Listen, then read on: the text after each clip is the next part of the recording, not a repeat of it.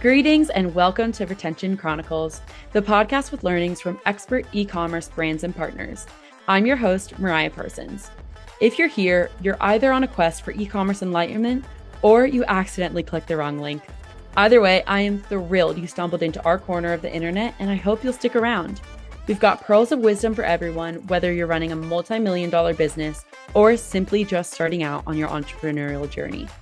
Before we unleash the brilliance of today's guest, let's give a shout out to our podcast sponsor, Malomo. Malomo is so much more than just another Shopify app. They're post-purchase wizards, making beautiful and branded order tracking smoother than a jazz solo, so our amazing founders, like our guests, can keep their customers happy and up to date while they track their orders. So hit that subscribe button, like it'll increase your LTV overnight, and go listen to our other episodes at gomalomo.com. That's GOMALOMO.com. Get ready for insights, chuckles, and perhaps a profound realization or two with this newest episode of Retention Chronicles.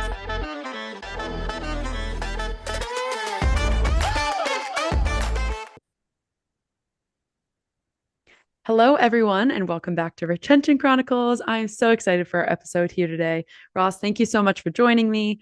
I am so excited to dive into the deep questions that we have today, and I know it's going to be a lot of fun.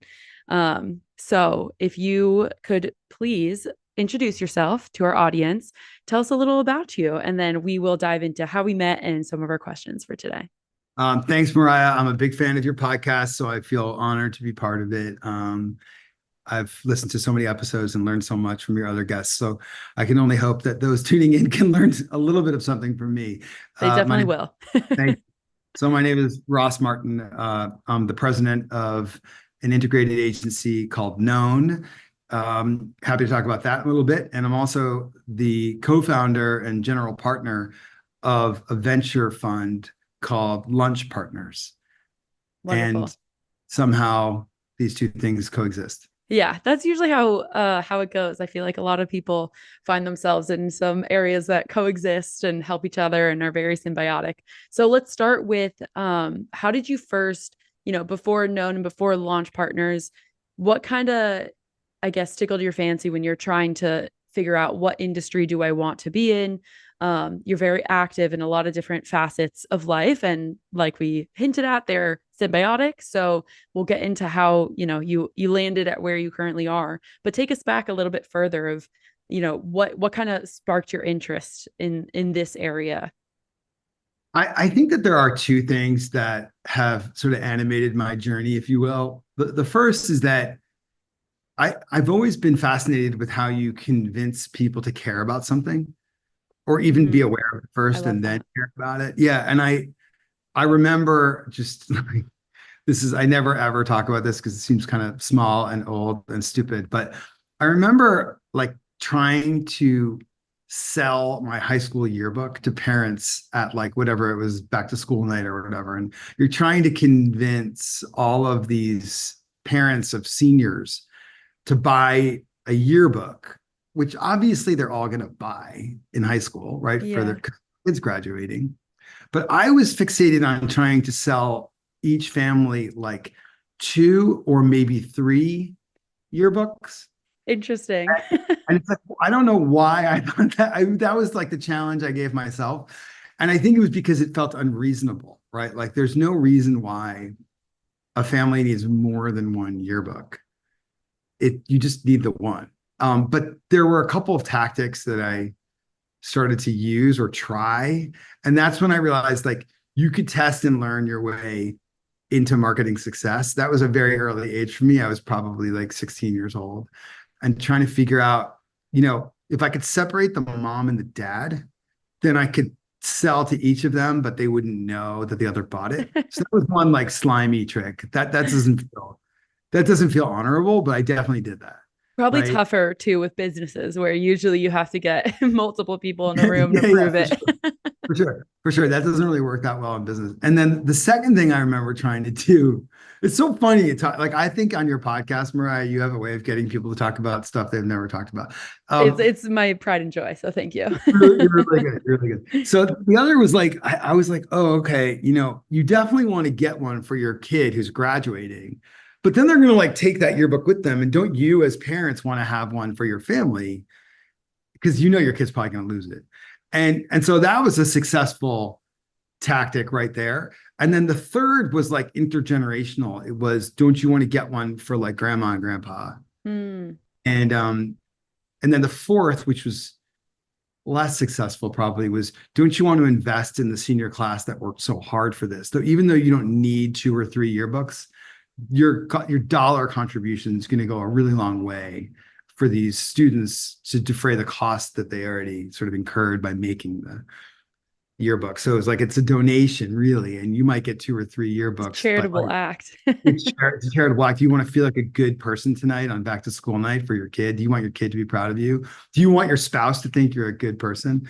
Mm-hmm. And so that's when it becomes a moral judgment. Yeah, exactly. And so I started to think about like issues of identity and the impression you make on another person in a sales environment, and how do you get people to consider a purchase that's pretty illogical.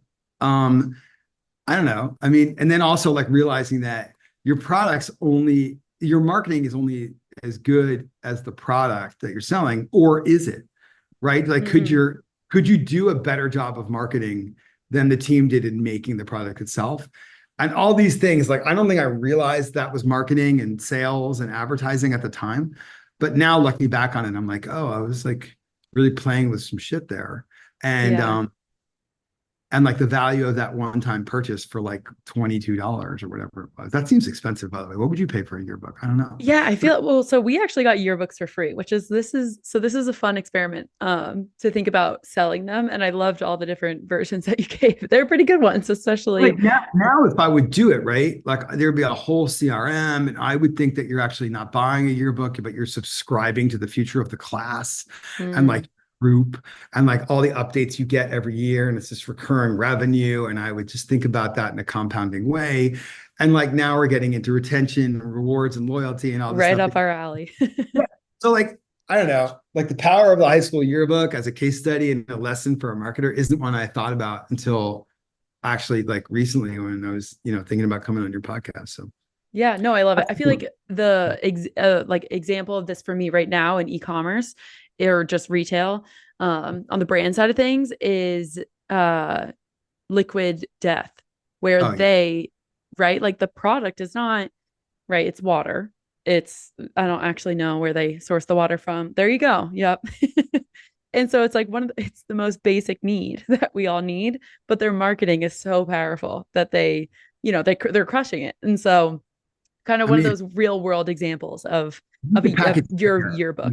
Yeah, if you could package air like that, I think that's the uncharted territory. Can you do for air what they did for water? Or ground? I don't know.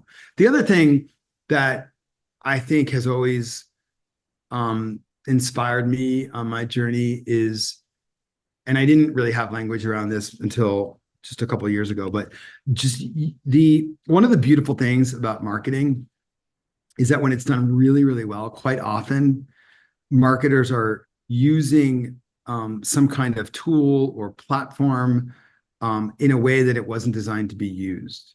Okay, right? Go into that a little bit further.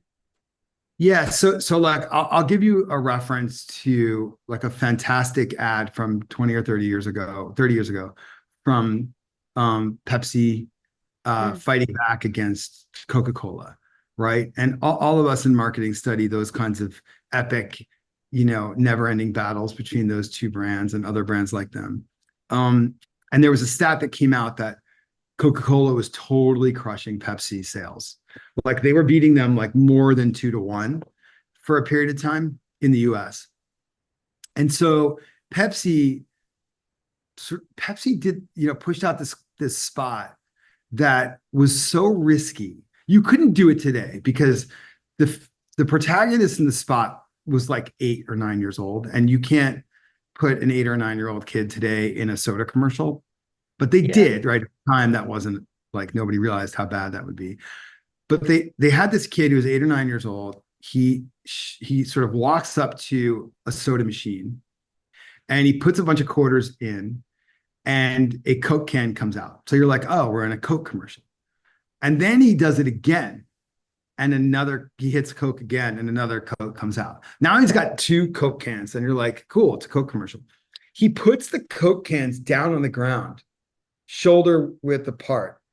And then he takes more money out of his pocket. He steps up on top of those cans so that he can reach the Pepsi button higher up, because all he really wants is to get up to where the Pepsi button is and get the Pepsi. And he's willing to like step on two Coke cans to get to the Pepsi. And then he takes the Pepsi can, opens it up, drinks it, walks away, and leaves the Coke cans on the ground because he didn't really ever need them. Yeah. And so, like, that's an amazing example of using your competitor's product in a way that obviously was not intended to use, that is like humiliating for them. And you don't even have to say anything, you know, it's just like mic drop. And there's no word, there's no words. And so it's just like the power of using something in a way that it wasn't intended. And when I look back at my career, most of the jobs I've had, like, usually were invented. So nobody had them before me. And then if there was a job description, I read it like on day one and never looked at it again. And so I don't think I've ever been operating within the bounds of anything. Like, and I think that, you know, that can go off the rails and you can be undisciplined. I'm not undisciplined, but I definitely believe that that the things that are the tools that are at our disposal and the platforms upon which we get to activate were not designed to only be used the way they were initially meant. And so I'm a big believer in looking at things in a way where it sort of break them and put them together in a different way. Yeah, I love that. I've definitely, now that you've talked through kind of the series of the Pepsi ad, I've seen that in like some case study, right? Like someone breaking it down somewhere. And it is great how much can be said with little little words or little context, right? And it can be a message that is delivered unanimously to many different audiences. So let's bring it back from that tangent, because I love it. And tell us about those, how you kind of got to the jobs that you could break some stuff and then put it back together. So let's talk about Known first, and then we can go into launch partners. Yeah. So Known is an integrated agency, Ad Age #3 agency in the world. What Ad Age said about Known is that it may be the ultimate example of a full service agency. That's awesome. Awesome review from them. It was great and a real honor to get that feedback. And then Digiday wrote that Known is an Iron Man suit of data and creativity. These are great ways of talking about what we built. Known was born in this version of itself in 2020, when we combined 3 different companies, a research and data science and engineering company, a creative agency and production company, and a brand strategy and business innovation firm. And we put those 3 together. They were already working together very well, but we removed any structural impediments and built an operating system that was unified and really differentiated from competitors in the space. There's a lot of agencies out there in the world. Sure, some of them are listening to this podcast, and it's sort of a Wild West situation in the agency world right now. And we just felt like we had a differentiated set of offerings and a different business model than everybody else, and it was unique enough that we could go out there and try and slay some dragons. And so that's what we went out to do, and that's worked like really well. So we've got amazing clients. We've been able to do some work that I think is really profound and innovative. And I think we've been able to show that when you bring science and technology and creativity together in 2024, you can do things that sort of defy gravity. And I think we've been able to do that time and time again with clients like Shake Shack, TikTok, Memorial Sloan Kettering, Google, Microsoft, Amazon. And I think that's like the most fun thing I could think to do in the world right now is to try and push this industry forward to new levels of invention and innovation. Yeah, it's great because your repertoire is so expansive across industries. I feel like a lot of the times agencies will stay focused. Like specifically, I see a lot of ecom specific agencies, right? Just because of the industry that I'm in. So it's interesting to see that you can kind of span all different industries, all different facets, and still being able to break, the specific industry that they're in. I'll tell you But have it be a little bit, yeah, yeah, yeah. about that, Mariah. One is like that it's audacious and a little bit irresponsible to think that you can be best in class in every class. Mm-hmm. So like there's a bunch of stuff that we're not great at yet.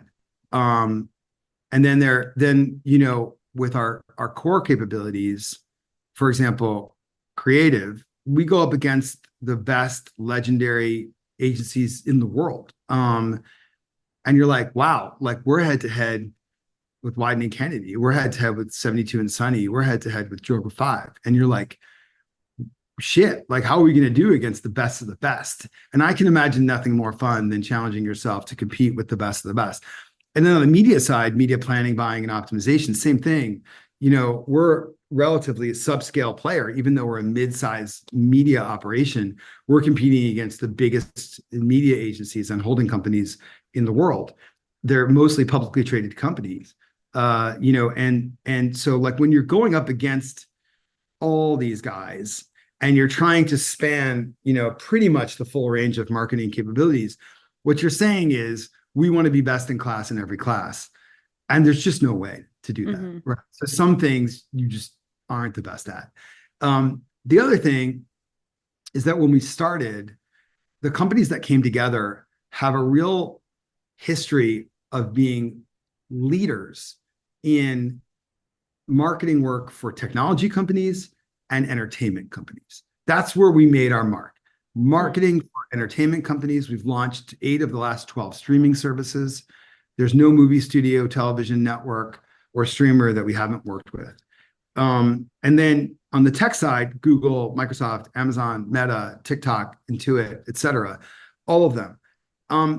And there's a lot of pride here in that and in what we've been able to achieve and learn in both of those worlds. But to really be, achieving the potential here, we knew that we needed to move into categories where we didn't have experience and certainly didn't have the same kind of expertise as our competitors. And what's been really cool to watch over the last 4.5 years is how we've moved into healthcare, education, hospitality, even financial services and sports. And like, being able to apply what you learn from one category to the next. And now we operate in 15 different business verticals. So we're working in most of the industries that you would find in the world. And what you pick up from each of those experiences sort of just makes you better every day at what you're trying to do. Yeah, of course. And too bleeds into the other industries that you're working in, right? Like there's different ideas that you can see of, okay, this is how they're actually doing it. And that hasn't really reached quote unquote the norms of say tech or the entertainment industry, but healthcare or fintech, they're focusing their energy on this. Like, is there something there that you can pull in and then that can be innovative in the space that you're bringing it into? So there's a lot of, I don't think anyone would disagree that there's a lot of pros and cons to trying to service different industries and trying to understand just the unique qualifiers of each one. Because yes, you'll never be best in class, absolutely unanimously, right? That's why it's the wild, wild west in different service industries and different. That's why we have so many e-commerce brands. That's why we have so many businesses that can, coexist because they all have their different pros and cons about them. Like you'll never be able to just get a uniform platform. That's why, leaders like Google, they're being challenged, and AI, right? There's never going to stop being innovators in the space, which I find is a very fun spot to sit in, especially when observing their marketing. for all the, all the differences and whatnot. To add to that, I think this is something that comes up on your podcast a lot, that people may say, I'm an e-commerce agency or an e-commerce expert, or, but I think your generation and you yourself, I don't think you think of yourselves as position players. Mm, Like, you're not sort of limiting yourself, to use a sports metaphor, in a way where you're saying, well, I'm a second baseman. right. You're an athlete. And so if you're marketing today, like, the tools that are accessible and available to you, all you're really limited by is your imagination, and maybe your drive and ambition. But if you're entering marketing today, it's sort of your responsibility to be dangerous in a lot of areas and be able to flex into spaces that you're like, I don't know if I know anything about that. Well, pretty quickly you can, and so this happens all the time with Known, where we're asked, do we do something? And our answer is always like, we'll get back to you. For like, most of the time, you're like, I don't know that anyone's ever done that before. And that's where shit gets really exciting, because you're challenging yourself to be the first. Like, nobody thought, when we started working with our client, Jared Isaacman, at this company called Shift4, that he would say, hey, I just bought the first 4 tickets on the first all-civilian mission from SpaceX to outer space. Can you help me create a space program that will raise millions of dollars or hundreds of millions of dollars for St. Jude? Like, no one, like, when I called my wife after Jared said that to us, like, she was like, what? Like, you're gonna You have to do a double take and you're like, what did I what? just hear? I thought Jared runs a payments processing company. Yes, he does. Also, he wants to start a civilian space program to benefit St. Jude. And you're like, have we ever done that before? No. There's no space agencies. But Yeah. like, we were like, well, fuck yeah, let's be a space That's agency. Like, awesome. we know how to do this. So let's go do it. And then, we launched a Super Bowl campaign looking for people to fly with him into outer space. And then we started filming everything we were doing, because we couldn't believe we were even doing it. And we turned it into a 5-part real-time documentary series on the first all-civilian mission to outer space, which landed on Netflix, went to #1 around the world, and helped Jared raise $250 million for St. Jude. And just today, on the day we're recording this, Jared and his team just went up on their second mission. And it's a really risky mission. They're going to conduct the first SpaceX spacewalk in a radiation field going up further than any human being's gone up since 1970. And so you're like, aren't you guys an advertising and marketing agency? And it's like, we get to do these things in these industries, right, that are unprecedented, unpredicted. And then you're like, well, how? And then you figure it out. Yeah. As long as you have great people around you, that's the thing. Yeah, too. That, like, my eyes are bugging out outside my head, because I'm like, that's just such a crazy, crazy experience to be able to work on that project. And what a great idea too, right? Of like using the power of novelty, I'll call it, in this, of like, there's just something new that you're trying to do, and using it for a good cause. Like, I think when I think about the relatability of it, of like, why does someone do what they want to do? It's because it corresponds with their belief. Like, people are going to raise money for something that they believe in, like St. Jude. It's also a very recognizable name. And so to tie it with something that you all can make and have it be marketable, of, okay, not just we're having this initiative, this amazing initiative that's going to do a lot of philanthropic, achieve a lot of philanthropic goals, but you can also hit those business or those marketing goals of like, how can we raise awareness, and they can work in tandem with each other, which is so, so cool. And then you all get to work on a pretty innovative project, I'll call it, which is, we've been blessed. Like, we've been blessed to have innovative clients who want to be challenged in that way. And not everybody does, which is fine. But I think, like, and that innovation is not always creative innovation. It might be consumer intelligence innovation, or prediction, or any kind of media innovation. I mean, I'll give you another example. Last year, we launched a Super Bowl campaign for a new streaming service.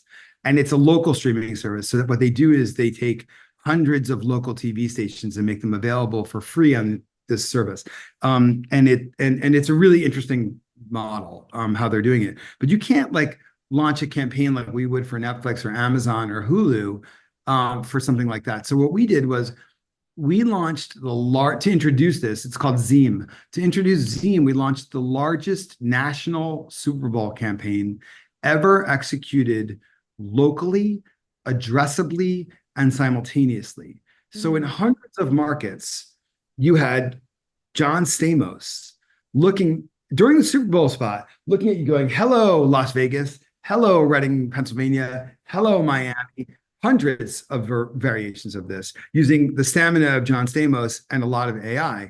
And we were able to create hundreds of versions or iterations of a campaign and then traffic them all at the same time. So no matter where you were watching, you thought we were just talking to you.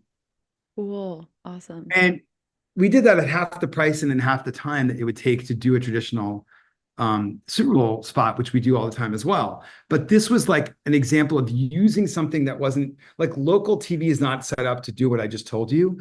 No edit is set up to do what I just told you. So there's so much shit that you have to break to be able to like even achieve what I just said.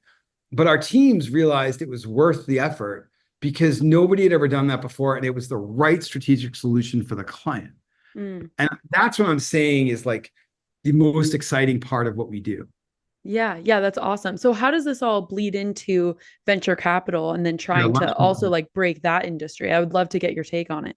Yeah, so Lunch Partners really happened because these are all LPs, investors who were in the same boat that I was in, which is, you've sort of reached a level in your industry where people know that you know enough to be dangerous and they want you to invest in their company, right? And so you're like, okay, I'll do that. And I was investing on my own in a pretty uneducated, unsophisticated way when I was younger. And the first or second investment that I made, those were like really accidentally successful. So one of them was a company that ended up called Virgin Mega that sold after a year to Nike. And the leader of that company, Ron Ferris, became really one of the most innovative executives in the history of Nike, especially when it comes to e-commerce. And he built the sneakers app that everyone uses, which is just a brilliant app. And if you ask me, some of the best work Nike's ever done is the e-commerce platform that sneakers is that Ron created. So like, I was like, oh shit, like I'm pretty good at investing. And then I like messed up 3 or 4 times in a row and bet on the wrong dog. And I was like, maybe I'm not so good at investing. Learned lesson. You got lucky on the first try. Yeah. Like the worst thing to do is like show up in Las Vegas and like win your first bet because then you think you're good. Yeah. Right. And like, it screws with the mentality for sure. The confidence. So losing a bunch, not enough that it was dangerous, but like not good. Sort of forced me to reconsider my approach. And I went to a whole bunch of other peers in the industry, other CMOs, other CEOs. And I said, are you doing what I'm doing? They're all like, oh my God, same thing. I got lucky a couple times. I still want to keep doing it, but I'm not informed as an investor. I'm not seeing enough deal flow. So I don't have the pattern recognition in each industry to determine really what's the right way to go in anything. I don't have the ability on my own to diligence any of these deals. And then I don't have enough follow-on capital to keep investing in the companies that are successful. So I keep my equity in the business. And I don't get diluted. And so I went to a bunch of people and I said, you guys, and everybody's like, yeah, same boat. And I said, all right, like, what if we did something together where we're like 25% less stupid? And everyone's like, well, that sounds pretty good. So sounds like a good percent. Yeah. So like 17 of us, they're all like ballers in their industries, got together and said, like, let's just put our money together. More importantly, let's put our deal flow and our intelligence and our networks together. And let's make like a bunch of bets on founders and ideas that we can support uniquely in ways that maybe other VCs can't. So we're not like dumb money. We're like strategic dollars, And so in each and every investment, we looked at the founders and we looked at the space and the opportunity and said, like, can we help these people be more successful? And if the answer was yeah, then like we went for it, and we've done that 15 times. And when you and I met, you saw some of those founders and they're just crushing it. And Yeah, they really are. and they are, and they're like, it's an incredibly diverse group of founders, which I'm very proud of. And they're teaching us. Like, I think, there've been a bunch of articles about them and like how Lunch Partners as a fund has helped them. I would say it's kind of the other way around. Like us, like we're all operating these businesses, but when you step back and you look at like someone who's in the early stages of founding a company, it's not only profoundly inspiring to see the work and the fortitude that is required, but also to like, study the decision-making process and learn from how they're navigating a pretty complex set of variables. And I would say I've learned more from our founders than I've taught them. I love that. I love that. A lot of gratitude there, and I can hear it in your voice. And I think this would be interesting. And I know I had questions for you about brand, but I'm totally throwing a wrench in our plans because I'm sitting here realizing that we haven't had really anyone who, at least that I can recall in the past 2 seconds that I've thought about this, anyone who is currently investing in founders. And I would love to know, with that, that book of 15 that you've been able to learn from, what has kind of caught your eye of like, okay, now I know someone comes to me with a pitch, like a founder comes to me with a pitch and says, I have this product. This is what I believe in, XYZ. There's their pitch deck. Do you have anything that's concise that you could, or not even concise, but that you could share with our audience? Because I know there's a lot of founders in different stages who would at some point or other probably be looking for an investment in their brand. So I think it would be a really, really advantageous conversation to have if you can, share like, okay, this is something I've learned is super important and resonates with me as an investor versus, these things that I once thought were important probably aren't anymore, or blah, blah, blah. Every fund has a thesis, right? And so, like I look at my friend Joe Marchese, Human Ventures, and his thesis with Heather Hartnett, who runs it, is really to focus on those brands and businesses that are trying to capture and leverage human attention in new ways. That's really interesting. If you study the way he and they have the attention economy, you could make some really interesting bets there. We have our set of theses that really sort of frame up the kinds of companies we've been looking for and make it easy for us to sort of quickly say no if we're presented something that doesn't fit that thesis. Because I think like the responsibility you have as a venture capitalist is to like give an honest, authentic, real quick answer as fast as you can, because the last thing you want to do is waste a founder's time. That's the worst thing you could do. So we have our thesis. It's on our website, launchpartners.co. But I think if you're asking like what's something that I would share that I've learned that's really common, it's a common theme among the most successful and inspiring founders that we work with. And you can sometimes spot this if you're lucky early on, is knowing that whatever you're being pitched is definitely not where this company is going to end up, right? So like every single business we invested in has pivoted 2 or 3 or more times over the course of 2 or 3 or 4 years. And how could they not? Because look at the macroeconomic forces acting upon every one of them in every category, and look at the global and geopolitical uncertainty and chaos in some parts of the world. Look at the disruptions to the supply chain that they've had to overcome, and look at the introduction of new technologies that make it sometimes easier and sometimes harder to compete. And so each and every one of them has shown this, like, not just perseverance, but resilience and heart, right? You could be the smartest person in the world. If you don't have heart and you don't have the ability to recognize for yourself, like when you need to actually like face it and make a change, then like you're just not going to be able to survive, let alone thrive in business today. And so like there's a real human conversation that has to happen. Also, and I know this is kind of a tricky thing to articulate, each and every one of our founders, they seem to have this light inside them. Their eyes twinkle, and it's not because they're like dreaming. It's because there's something really, really special about the best founders in the world. There's something in them that they maybe were born with. I don't know, where you look at them and they're like, I don't know, like 50 to 70% shinier than everybody else, or maybe more alive. And you're like, it's just inspiring even before they start laying out their vision. Mm-hmm. And I always the get je ne sais quoi. je ne sais quoi, and of course, like in our fund, there are like really good numbers people who will then like go do the math and decide like, is this a good idea or not? But in terms of the people who have caught my attention over the years as an independent investor and as the leader of Lunch Partners, they've all had some special glow that you can't really quantify.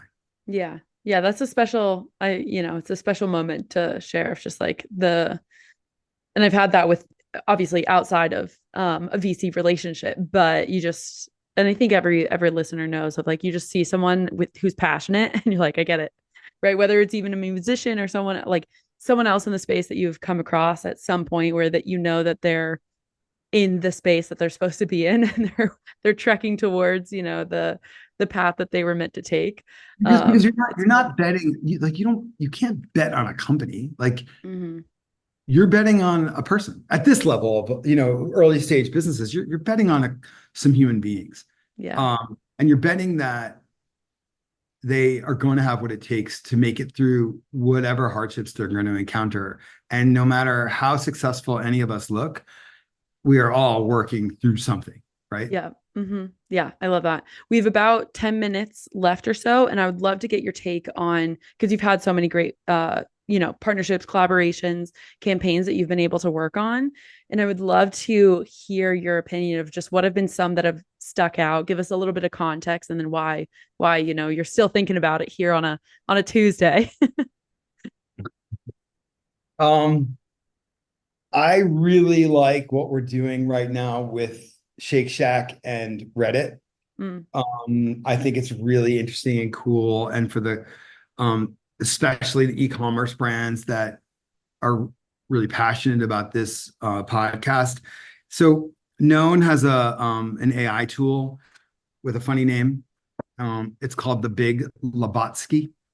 Love it. So the Big Lebowski can do things. It doesn't replace human beings. It just does things that we as human beings can't do because of the sheer scale and magnitude and complexity of let's say, an opportunity or a problem.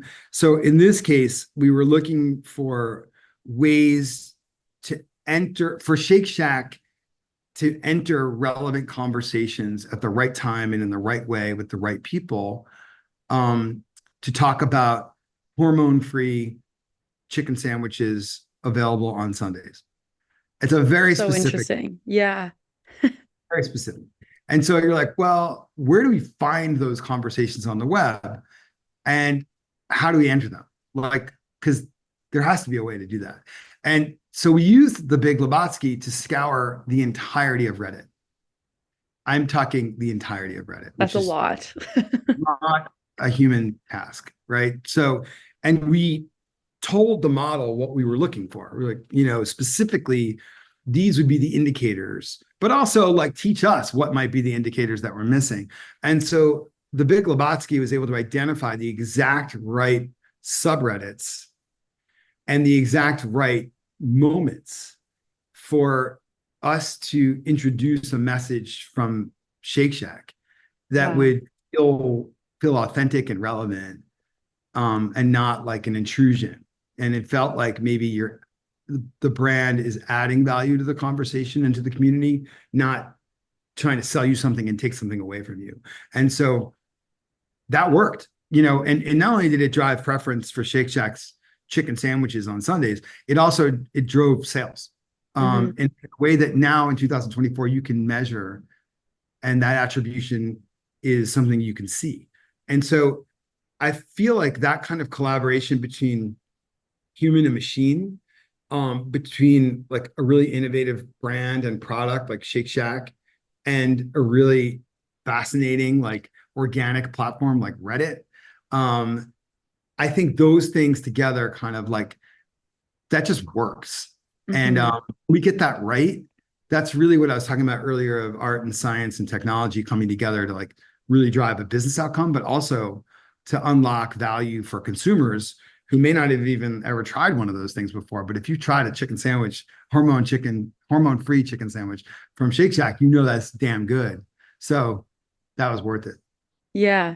It's so interesting too, because it makes a project that would probably otherwise be deemed unaccomplishable or, just kind of shooting for the stars in our space metaphor of this episode of just like you to deep dive into Reddit. That is a task that would take a lot of human resources. And so any other team that doesn't have AI or doesn't have that, and I think it would be minimal who could dedicate time and resources to doing that and like timing it out and putting, specific time allotments just to understand what is even being published on there, to make something that is seemingly unaccomplishable and make it accomplishable by having the AI. um I think the that AI tools is so powerful. Yeah, that's exactly right, Mariah. The other thing I would say, that's a known example. If I were to answer that question from a lunch partner's venture perspective, I would say like watching what Micmac is doing in Mm, e-commerce. So we were early investors in Micmac, and I don't know if you've met their founder and CEO, Rachel Tipograph, but I she haven't. she's a visionary in e-commerce, and what she's been able to do connecting legacy brands and products, especially CPG, with social commerce, communities, new understanding of like an anticipation or prediction of consumer behaviors. She's been able to sort of engineer outcomes for brands that like you would think would have no idea what they're doing in commerce. Like some of those brands that they've found success with. I won't name them specifically, but like been around for like quite a long time, and Mm-hmm. you associate them with like innovation. But in the right hands of an e-commerce leader like Micmac and a pioneering visionary like Rachel Tipograph, she's been able to engineer like some crazy ass like outcomes and collaborations. And I would encourage your listeners to like check out Micmac. Yeah, yeah, no, that's awesome. I love that recommendation. I feel like too, it's very close to even if like I'm not a Reddit user, I'm not very active on Reddit, but I relate it to social media and the timed responses or just, the intention that a lot of brands put into their social media comments and responding to people and interacting with them. And, if you can have that, if you can dedicate just a little bit of time, it doesn't have to be too much, but if you can do that and connect with your people in that way, then it goes above and beyond. And it's kind of similar to that Reddit example of like, you can introduce something at the right time or at the right place and really understand who you're talking to and what they want to get out of the platform that they're on. And then just kind of leave a little nugget and then see what happens. And it can blow up into this huge wave or huge campaign or huge, you know, um, brand awareness Yeah. campaign. Well, you're 100% right. And I also like I think about sort of all the fast twitch nature of e-commerce, right? Mm-hmm. Where everyone's looking for that last touch attribution and where to credit the marketing for it and all that. But the way I think about like e-commerce is it's just filled with social experiments that are going on 24/7 that you can learn from as you get signals back. And then you can generate new hypotheses about why that happened, right? Why did these people on that day go buy that thing? What was it that made them do that? And could I try and do it again? Or Yeah. what made them not do anything on Thursdays? Why is that not happening? And how can I apply that learning to everything else that I'm doing? And so I feel like there's this consumer intelligence loop that comes with the advanced analytics associated with e-commerce that are making newer brands that have greater flexibility or alacrity more opportunistic, right? And because they can move quickly and respond to what they're seeing and learning in a way that bigger, older brands that are sort of still traditionally moving in traditional ways can't. You can outrun and like just run circles around your competitors. And I think some of the brands that you've focused on and talked about on previous episodes are doing that. Yeah. And there's a necessity too. That is, if you're smaller, you have to be able to be, cunning and quick and capitalize on these different waves or on these different social commerce ideas, because that's what's going to get you in the ballpark, at least of the competitors that have had the market share before. So I will add that, but I will wrap us up because I know you have a very busy schedule and it has been an absolute pleasure to have you on here, Ross. So thank you for making the time. Thank you. I love this podcast, Mariah. I hope you keep going because I'm learning a lot from you. Thank you. I very much appreciate your praise. So thanks.